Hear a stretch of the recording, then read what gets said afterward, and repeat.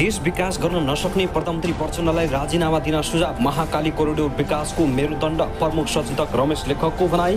विपद पूर्वको तयारीका लागि तीनै तहका सरकार मिलेर काम गर्नुपर्ने गृहमन्त्री नारायण श्रेष्ठको भनाई। राष्ट्रिय सभा निर्वाचन आजबाट आचार संहिता लागू। नेकपा एमालेको प्राथमिकता सरकार होइन। महासचिव शङ्कर पोखरेल ताला लगाएपछि हरपर साम्पाङले भने भेसी राजीनामा दिनु नत्र घिसार्दै निकाल्न नपरोस्। धुम्बाराहीबाट भोलि बुढा नीलकण्ठ सर्दै काङ्ग्रेस सभापति शेरबहादुर देउबा आफ्नै घरमा। प्रधानमन्त्री प्रचण्डको सचिवालयबाट 100 उपसचिव सहित 13 जनाको विदाई गरियो। नेपाली काङ्ग्रेसमा नेता नै नभएको आरोप। उपमेयरलाई पनि बिचकाएपछि धरानमा मेयर हर्क साम्पाङ विरुद्ध मोर्चाप्रति गर्दै दलहरू। प्रधानमन्त्री कार्यालयमा अड्कियो 32 सहसचिवको सरुवा। सवारी दुर्घटना न्यूनीकरण गर्न सरकारलाई रासपाको ध्यान आकर्षण। बीपीका उपकुलपति खोज्दै हर्क साम्पाङले स्वास्थ्य मन्त्रीलाई लेखे पत्र। विपदजन्य जोखिममा व्यवस्थापन गर्न स्वयंसेवकलाई राष्ट्रिय प्रणालीमा जोड्न आवश्यक रहेको गृहमन्त्री नारायण काजी श्रेष्ठको भनाई। धरानका मेयर र उपमेयर बीच विवाद झनै चर्कियो। काङ्ग्रेस महामन्त्री गगन थापा प्रधानमन्त्रीको अघोषित सल्लाहकार। नेपाल मेडिकल कलेजले होस्टल नबसे फेल गरिदिने धम्की दिएको भन्दै विद्यार्थी उत्रिए आन्दोलनमा। ज्येष्ठ नागरिकको रमाउने थलो 5 कुने चौतारो बन्दै। नेकपा माओवादी भित्रको नाम संशोधन गर्ने बारे दुईधार प्रचण्ड थप अप्ठ्यारोमा। लामो कपाल विद्रोहीको स्वभाव हो। सिके राउतको भनाई। एकीकृत समाजवादीले माग्यो मन्त्रीहरूसँग प्रगतिको विवरण। राम्रो काम गर्न नसकेकालाई विदाई गरे। र काठमाडौँ महानगरपालिकाका मेयर बालेन्द्र शाहले प्रचण्डप्रति गरेको व्यङ्ग्य सामाजिक सञ्जालमा भाइरल। एउटी भएको मन पनि कतिपल्ट जित्नुहुन्छ प्रचण्ड सरकार। मेरन्ची खानेपानी बारम्बार उद्घाटन गरेर कडा दिए। रेशम चौधरी अध्यक्ष चुनिएकोमा खुसी छिन् रञ्जिता। कसरी चल्यो असन्तुष्ट र विवादको हल्ला। दर्ता भए युवा उद्यमीलाई 40% छुट दिने काठमाडौँ महानगरपालिकाको तयारी। आधारभूत तहसम्म अनिवार्य र उच्च शिक्षासम्म निःशुल्क गर्न विद्यार्थी सङ्गठनको माग। राष्ट्रिय सभा चुनावको आचार संहिता माघ 2 गतेबाट लागू हुने। प्रधानमन्त्री असंलग्न राष्ट्रहरूको शिखर सम्मेलनमा भाग लिन कम्पाला जाने तयारीमा। सरकारकै कारण अस्वाभाविक 12 चलखेल भएको शङ्कर पोखरेलको गम्भीर आरोप। राष्ट्रपति निवास शीतल निवासमा शीर्ष नेताहरूको जमघट। तर एमाले अध्यक्ष ओलीले गरे बहिष्कार। गठबन्धनका उम्मेद्वारलाई जिताउन शीर्ष नेताहरूको संयुक्त अपिल। राष्ट्रिय सभाका उम्मेद्वारले 3,50,000 मात्रै खर्च गर्न पाउने। क्रिकेटर सन्दीप लामिछानेबारे ठुलो खबर। त्यसै गरी रामबहादुर बमजुमबारे पनि ठुलो खबर। के कति सजाय हुने भयो त रामबहादुर बमजुमलाई, यसबारेमा पनि जानकारी आजकै समाचारमा। अब हेर्नुहोस् पूरक समाचार। दर्शक नमस्कार। युट्युब च्यानल नेपाली खबर मिडियामा तपाईहरूलाई हार्दिक स्वागत छ। यदि हाम्रो च्यानललाई अहिलेसम्म सब्स्क्राइब गर्नुभएको छैन भने सब्स्क्राइब गरी नजिक रहेको बेल आइकन दबाई हामीसँग जोडिनुहोला।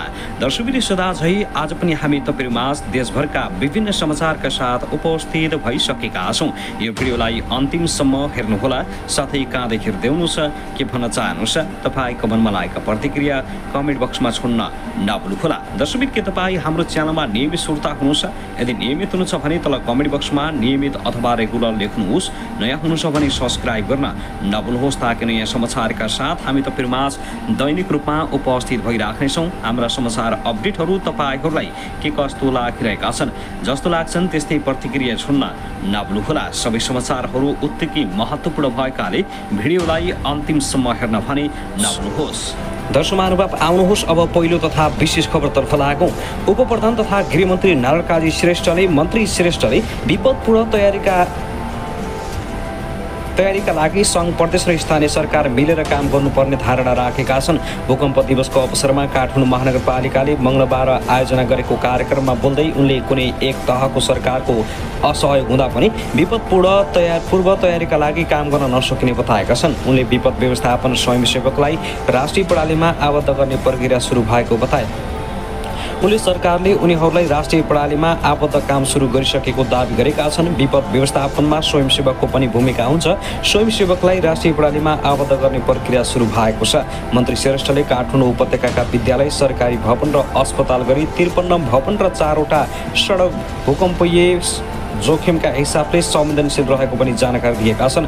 राष्ट्रिय विपद जोखिम न्यूनीकरण तथा व्यवस्थापन प्राधिकरणले जापान सरकारको सहयोगमा गरेको अध्ययनले उपत्यकाका विद्यालय, सरकारी भवन र अस्पताल गरी 53वटा भवन संरचना र 4 सडक भूकम्पीय जोखिमका हिसाबले संवेदनशील अवस्थामा रहेको र तिनको प्राथमिकतामा राखी पुनर्निर्माण गर्नुपर्ने देखिएको श्रेष्ठको भनाइ छ। काठमाडौँ उपत्यका भूकम्पीय जोखिमका दृष्टिकोणले विश्वकै उच्चतम जोखिम क्षेत्रमा पर्छ।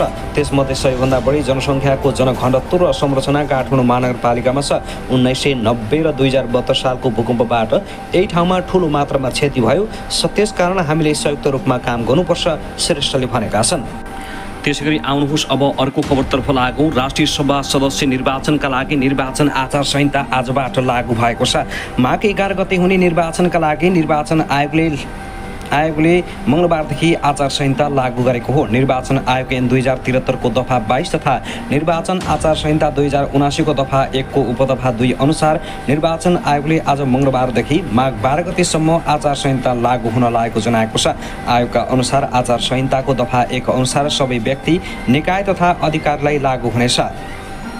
आचार संहिता लागू भएपछि अब कुनै पनि सार्वजनिक स्रोत, साधन र सम्पत्ति कुनै दल वा उम्मेद्वारको पक्ष वा विपक्षमा हुने गरी प्रयोग गर्न वा गराउन, निर्वाचनसँग सम्बन्धित सामग्री र सूचनालाई बिगार्न वा कुनै किसिमले थपघट गर्न वा गराउन पाइने छैन।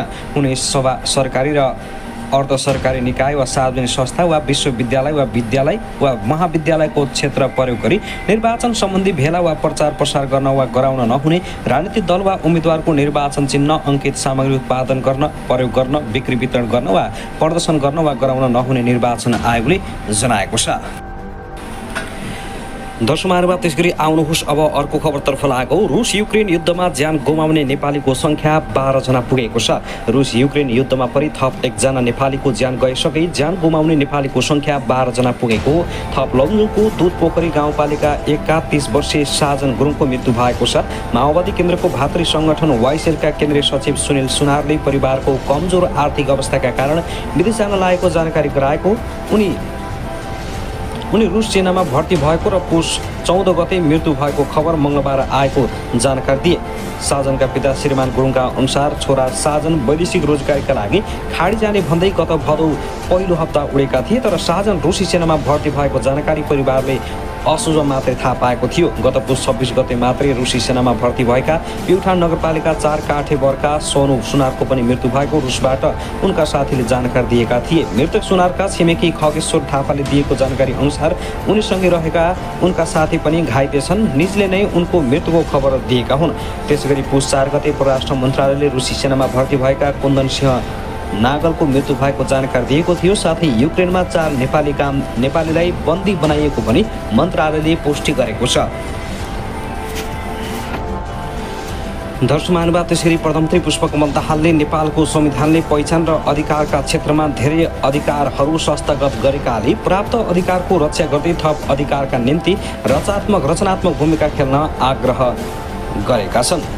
काठमाडौँको टोडीखेलमा हिजो सोमबार आयोजित थारू समुदायको माघे पर्व मेलालाई सम्बोधन गर्दै प्रधानमन्त्री दाहालले वर्तमान संविधान राजनीतिक सन्तुलन र सहमतिको दस्तावेज भएको कुरामा जोड दिँदै अधिकारको रक्षा र सुदृढ नगर्दा वर्तमानका उपलब्धिहरू समेत गुम्न सक्ने तर्फ सचेत गराएका छन्। नेपालको संविधान देशमा विद्यमान र राजनीतिक शक्तिहरूको सन्तुलन र सम्झौताको दस्तावेज भएका कारण उत्पीडित वर्ग, जाति, क्षेत्र, लिङ्ग र समुदायका महत्त्वपूर्ण मागहरू सम्बोधन भए पनि संविधानमा सम्पूर्ण अधिकार न्यायोचित ढङ्गले व्यवस्थापन गर्न सकिएको छैन। यसका लागि प्राप्त अधिकारको रक्षा र शुद्धिकरण सहित थप अधिकारका निम्ति रचनात्मक पहल लिन आवश्यक छ।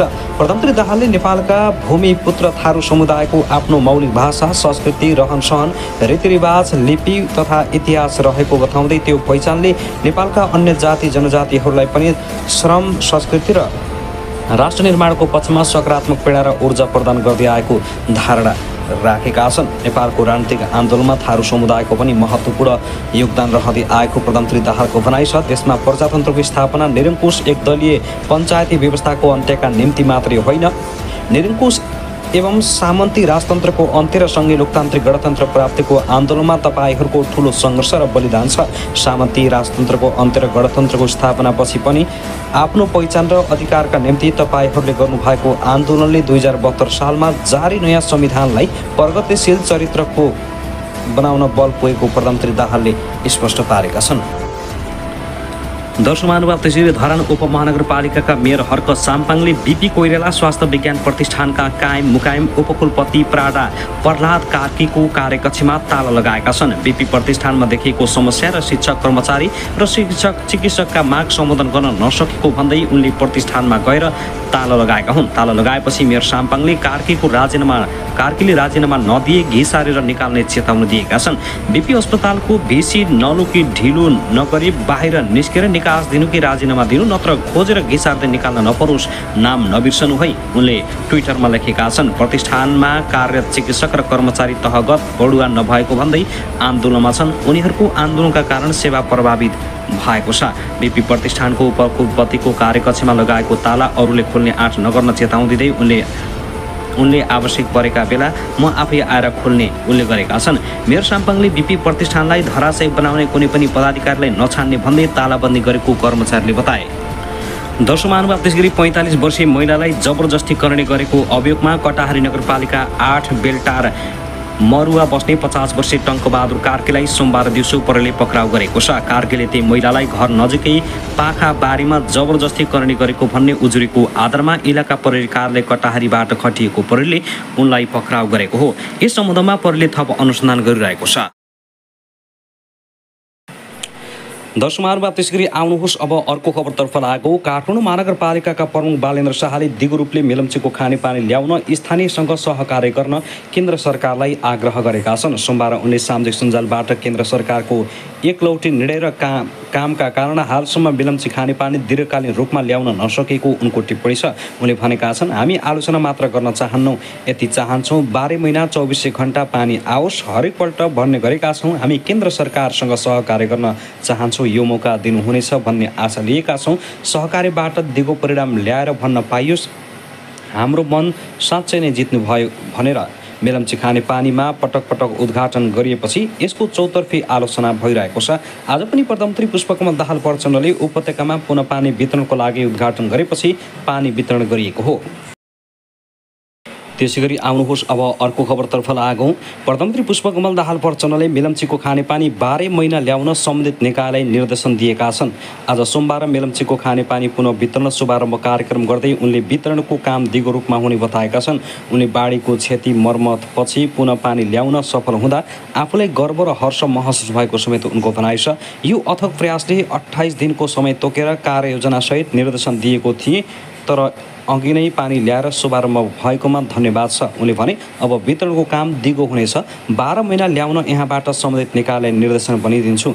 आयोजनामा जटिल समस्या आए सरकारले तत्कालै समस्या समाधान समेत गर्ने उनले आश्वासन दिएका छन्। त्यस्तै खानेपानी मन्त्री महेन्द्र राई यादवले पनि उक्त कार्यक्रममा मेलम्ची खानेपानी वर्षभर नै सञ्चालन गर्न काम भइरहेको जानकारी दिएका छन्। उनले काठमाडौँवासीलाई वर्षभर पानी उपलब्ध गराउन दोस्रो चरणको याङ्रे लार्केको काम अगाडि बढाउन मन्त्रालयको विज्ञहरूको सल्लाह लिई राजनीतिक तहमा सहमति जुटाउन पहल गरेको बताएका छन्। प्रधानमन्त्रीले 12 महिना पानी ल्याउन निर्देशन दिँदा यता मेलम्ची खानेपानी विकास समितिले भने यो अस्थायी रूपमा मात्रै पानी ल्याइएको र वर्षात सुरु भएपछि फेरि बन्द गरिने जनाएको छ। समितिका प्रवक्ता राजेन्द्र प्रसाद पन्तका अनुसार दिगो रूपमा व्यवस्थापन नभएसम्म मेलम्चीको पानी अस्थायी रूपमा मात्रै ल्याइनेछ। दीर्घकालीन व्यवस्थाको लागि हेड वर्क सार्नुपर्ने हुन्छ। त्यसैगरी आउनुहोस् अब अर्को खबरतर्फ लागौँ। 6 वर्षीय बालिका बलात्कार गरेको आरोपमा सल्यानमा 15 वर्षीय किशोर पक्राउ परेका छन्। जिल्लाको शारदा नगरपालिकाकी 6 वर्षीय बालिका बलात्कार गरेको आरोपमा प्रहरीले किशोरलाई पक्राउ गरेको हो। किशोरले बालिकालाई मोबाइल चलाउन दिन्छु, चुइगम दिन्छु भन्दै ललाई फकाइ गरी घरमा लगी गत पुस 7 गते बलात्कार गरेको खुलेको जिल्ला प्रहरी कार्यालय सल्यानले जानकारी दिएको छ।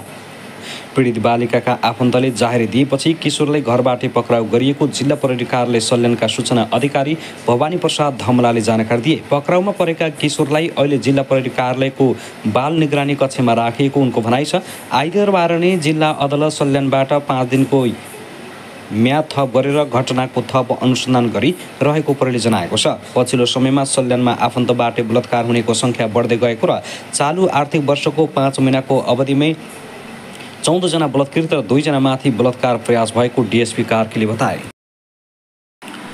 दर्शक महानुभाव, त्यसगरी यता भने रेशम चौधरी पार्टी नागरिक उन्मुक्ति पार्टीभित्र विवाद भएको भन्ने हल्ला यो निराधार गलत रहेको पुष्टि भएको छ। रेशम चौधरी एकाएक अध्यक्षमा निर्वाचित भएपछि रञ्जिता श्रेष्ठले चित्त दुखाएको र असन्तुष्ट पुगेको भन्ने कुरा हल्ला मात्र रहेको नागरिक उन्मुक्ति पार्टीले जानकारी गराएको छ। अपत्रियालु ढङ्गले गत निर्वाचनबाट उदाएको नागरिक उन्मुक्ति पार्टीको प्रथम महाधिवेशन कैलालीको टिकापुरमा शनिबार सम्पन्न भयो। महाधिवेशनको बन्द सत्रले शुक्रबार नै रेशम चौधरीलाई सर्वसम्मत नयाँ अध्यक्ष चुन्यो भने अधिकांश पदाधिकारीको पनि टुङ्गो लगायो। महाधिवेशनले नयाँ अध्यक्ष कसलाई चयन गर्ला भन्ने चासोको विषय थियो, किनभने पति पत्नी समेत रहेका रेशम र रञ्जिता बाहेक पार्टी अध्यक्षमा दाबी गर्ने अरू नेता थिएनन्। यही बीच महाधिवेशनले चौधरीलाई नयाँ अध्यक्ष चुन्यो। रेशम अध्यक्ष चुनिएसँगै पार्टीको संस्थापक अध्यक्ष रञ्जिता श्रेष्ठ असन्तुष्ट रहेको, त्यही विषयलाई लिएर उनी महाधिवेशन स्थलबाट बाहिरिएको लगायतका हल्ला फैलिए। आइतबार बिहान शून्यसम्म सञ्चार माध्यममा यो हल्ला छाए पनि यसमा सत्यता नरहेको पार्टीका नेताहरूले बताउने गरेका छन्। पार्टीको नवनिर्वाचित अध्यक्षप्रति संस्थापक अध्यक्ष रञ्जिताको पूर्ण समर्थन रहेको महासचिव गङ्गाराम चौधरीले दाबी गर्छन्। आकस्मिक बैठक भएर म जाँदैछु, मेरो पूर्ण समर्थन छ। रेशमजी भएपछि म आफै भएसर हो भनेर उहाँ रञ्जिता त्यस दिन निस्कनु भएको थियो। उनी भन्छन्, असन्तुष्टका विषयमा जसरी बाहिर हल्ला आएका छन् यसमा अलिकति पनि सत्यता छैन। महाधिवेशन लगतै शनिबार बसेको केन्द्रीय समिति बैठकले विधान संशोधन गरेर संस्थापक अध्यक्ष रञ्जिताको लागि सह अध्यक्ष पद सिर्जना गरेको छ, तर घटुवा भएर उनी त्यस पदमा बस्लिन् त भनेर चासोका साथ हेरिएको छ। दर्शकवृन्द, त्यसगरी आउनुहोस् अब अर्को खबरतर्फ लागौँ। पीडितलाई समयमै न्याय दिनुपर्ने र शान्ति प्रक्रियालाई सम्पूर्ण रूपमा टुङ्गाउनु पर्ने अभिभारलाई मुख्य 3 राजनीतिक दलका शीर्ष नेताहरूले सत्ता राजनीतिको लेनदेनमा अगाडि बढाउन खोज्दा सङ्क्रमणकालीन न्याय टिआरसीसँग सम्बन्धित विधेयक गिजोलिँदै जान थालेको छ। संसदबाट विरोध पारित नहुँदा पीडितलाई न्याय दिने र टुङ्गाउनु पर्ने शान्ति प्रक्रियाका बाँकी कामको सम्पूर्ण प्रक्रिया नै लामो समयदेखि अवरुद्ध भएको हो। यसबीच प्रमुख प्रतिपक्षी दल नेकपा एमाले विधेयकमा राख्दै आएको केही रिजर्भेसनलाई पछिल्लो समय सत्ता राजनीतिको दाउपेचसँग जोड्न खोजेको भन्दै गठबन्धनका मुख्य नेताहरू एमालेको असहमतिका बीच पनि विधेयक अगाडि बढाउने कसरतमा लागेका छन्। सङ्क्रमणकालीन न्यायमा अन्तर्राष्ट्रिय चासो समेत रहेकाले राजनीतिक सहमतिबाट कानुन बनाउँदा सकारात्मक सन्देश जाने भन्दै 2079को निर्वाचनपछि बनेको पुष्पकमल दाहाल नेतृत्वको सरकारले गत फागुन 25मा संसदमा विधेयक दर्ता गरेको थियो। विधेयकमा दफावार छलफलका लागि कानुन समितिले गत जेठ 5मा 11 सदस्यीय उपसमिति सुभाष चन्द्र नेवाङको निधनपछि 10 सदस्य गठन गरेको थियो। उपसमितिले मुख्य 4 विषयमा सहमति जुटाउन शीर्ष 3 नेतालाई जिम्मा दिँदै पूर्ण समितिमा पठाएको विधेयक राजनीतिक सहमतिको नाममा अड्किएर बसेको छ। कांग्रेसका एक पदाधिकारीले सत्ता गठबन्धन अब बहुमतको बाटोतर्फ जान सक्ने बताए।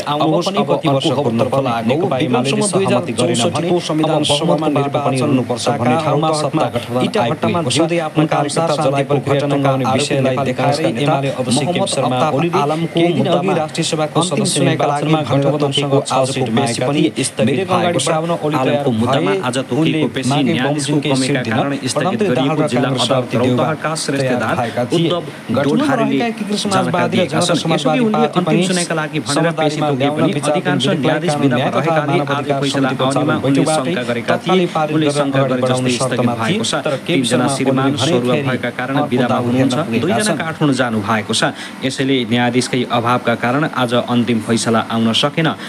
अब अर्को पेशी माघको 20-22 लागि तोकिने श्रेष्ठदार डोढारीले जानकारी दिए। यसअघि न्यायाधीश बाबु काजी बानियाको इजलासमा मुद्दाको सुनाइ भएको थियो। हाल बानियाको सरुवा भइसकेको छ। 2064 सालको संविधान सभा निर्वाचनको पूर्व सन्ध्यामा रौतहटको राजापुरमा आलमको निर्देशनमा बम विस्फोट भएको थियो। त्यसको पोल खुल्ने डरले बम विस्फोटका घाइतेहरूलाई इटा भट्टामा हालेर जलाएको आरोप पूर्व मन्त्री आलमलाई लाग्दै आएको छ।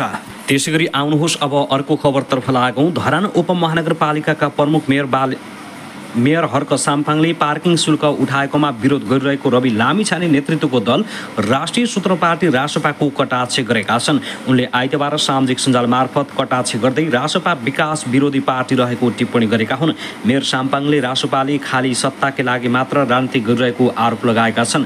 रासपाले चुनाव चिन्ह सहितको ब्यानर राखेर धरानको कर प्रणालीको विरोध गर्नु भनेको धरानको विकास प्रणालीको विरोध गर्नु हो, किनकि कर सङ्कलन गरेर विकास गर्ने हो। थोरै विकास भयो भनेर गुनासो गर्नु किन? गर्ने उठाउँदा विरोध गर्छन् भने रासपा भोटकै लागि मात्रै रहेछ, विकासको विरोध गर्दो रहेछ भन्ने कुराको योभन्दा पोख्त प्रमाण अरू केही चाहिँदैन। कुनै नयाँ नीति कार्यक्रम छैन, त्यहाँ बस सत्ता उनले ट्विटरमा एक्समा लेखेका छन्। उपमहानगरपालिकाले पार्किङ शुल्क उठाउन ठेक्का लगाएपछि ठेकेदारका कर्मचारीले राजमार्ग र सहायक राजमार्गमा रोकिएका मोटरसाइकल र स्कुटर र अन्य सवारी साधन चालकसँग शुल्क उठाउँदै आइरहेको छ। नगर आफैले निर्माण गरेको पार्किङ स्थलको मात्र शुल्क उठाउन पाउने कानुनी व्यवस्था रहेको छ, तर धरान उपमहानगरले आफ्नो अधिकार क्षेत्रभित्र नपर्ने कोशी राजमार्ग र सहायक राजमार्गमा कानुन विपरीत शुल्क उठाएपछि रासोपाले आपत्ति जनाएको हो। त्यसैगरी आउनुहोस् अब अर्को खबरतर्फ लागौँ। सत्ता साझेदार दल आबद्ध राजनीतिक दलले राष्ट्रिय सभा सदस्य निर्वाचनका लागि तय भएका आफ्ना उम्मेदवारलाई विजयी बनाउन आह्वान गरेका छन्। सत्ता साझेदार तर्फबाट आज एक अपिल सार्वजनिक गर्दै राष्ट्रिय सभाको निर्वाचनका लागि प्रस्तुत उम्मेदवार सबैका साझा भएको उल्लेख गरिएको छ। नेपालको संविधानको रक्षा र लोकतान्त्रिक गणतन्त्रात्मक प्रणालीको सुदृढीकरणका लागि हामीले यो राजनीतिक गठबन्धन निर्माण गरेका हौँ। अपिलमा अगाडि भनिएको छ, देशमा दिगो शान्ति, सुशासन, विकास, समृद्ध र सामाजिक न्याय प्राप्त गर्ने हाम्रो साझा लक्ष्य हो। अपिलमा देशको उन्नतिका लागि राजनीतिक स्थिरता पूर्व शर्त भएको स्पष्ट पार्दै लोकतान्त्रिक गणतान्त्रिक प्रणालीको सुदृढीकरण, राजनीतिक स्थिरता, दिगो शान्ति, सुशासन र समृद्धिका लागि गठबन्धन प्रतिबद्ध रहेको र निष्ठापूर्वक क्रियाशील रहने प्रतिज्ञा गर्दछौँ उल्लेख गरिएको छ। निर्वाचनका क्रममा गठबन्धनलाई कमजोर गर्ने विभिन्न गतिविधि हुन सक्ने तर्फ सचेत गराउँदै अपिलमा भनिएको छ। यो निर्वाचन गठबन्धनलाई अझ सङ्गठित र बलियो बनाउँदै देशमा राजनीतिक स्थायित्व थप सुनिश्चित गर्ने अवसर पनि हो, तसर्थ गठबन्धनका पक्षमा दृढतापूर्वक उभिन आवश्यक छ। हामी सम्पूर्ण मतदातालाई राष्ट्रिय सभा निर्वाचनमा गठबन्धनका उम्मेदवारलाई मतदान गरी अत्याधिक मतले विजय गराउन अपिल गर्दछौँ। दर्शक महानुभाव, त्यसगरी आउनुहोस् अर्को खबरतर्फ लागौँ। राष्ट्रपति रामचन्द्र पौडेलले पृथ्वीनारायण शाहको शालिगमा माल्यार्पण गरेका छन्। शुक्रबार राष्ट्र निर्माता शाहको सिंहदरबार मूल गेट अगाडि रहेको शालिगमा माल्यार्पण सहित पुष्पगुच्छा अर्पण गरेका हुन्।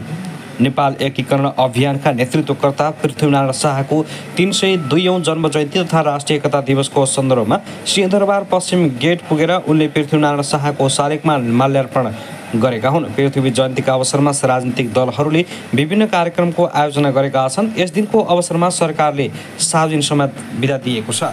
त्यसैगरी आउनुहोस् अब अर्को खबरतर्फ लागौँ। प्रधानमन्त्री पुष्पकमल दाहाल प्रचण्डले खेल क्षेत्रको विकासलाई राष्ट्रको बहुआयामिक बृहत्तर हितको मुद्दाको रूपमा अगाडि बढाउनु पर्ने बताएका छन्। आज शुक्रबार काठमाडौँमा नेपाल बादुरियो कराते सङ्घको आयोजनामा भएको चौथो राष्ट्रिय बादोकाई कराते प्रतियोगिताको उद्घाटन गर्दै उनले यस्तो बताएका हुन्।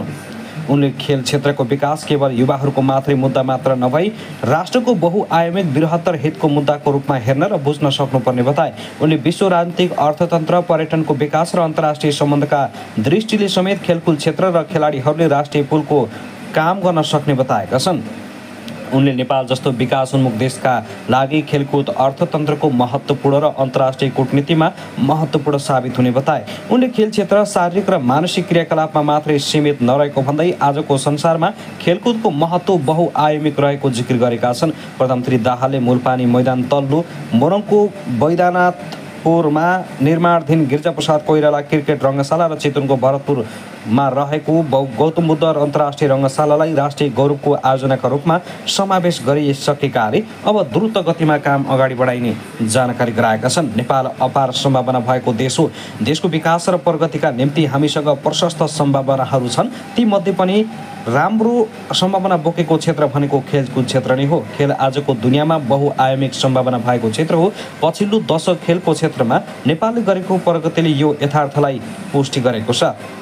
विश्व राजनीतिक, अर्थतन्त्र, पर्यटनको विकास र अन्तर्राष्ट्रिय सम्बन्धका दृष्टिले समेत खेलकुद क्षेत्र र खेलाडीहरूले राष्ट्रिय पुलको काम गर्न सक्दछन्। खेल क्षेत्रको विकास केवल युवाहरूको मात्रै मुद्दा होइन, राष्ट्र बहुआयामिक बृहत्तर हितको मुद्दाको रूपमा र हेर्न बुझ्न जरुरी छ।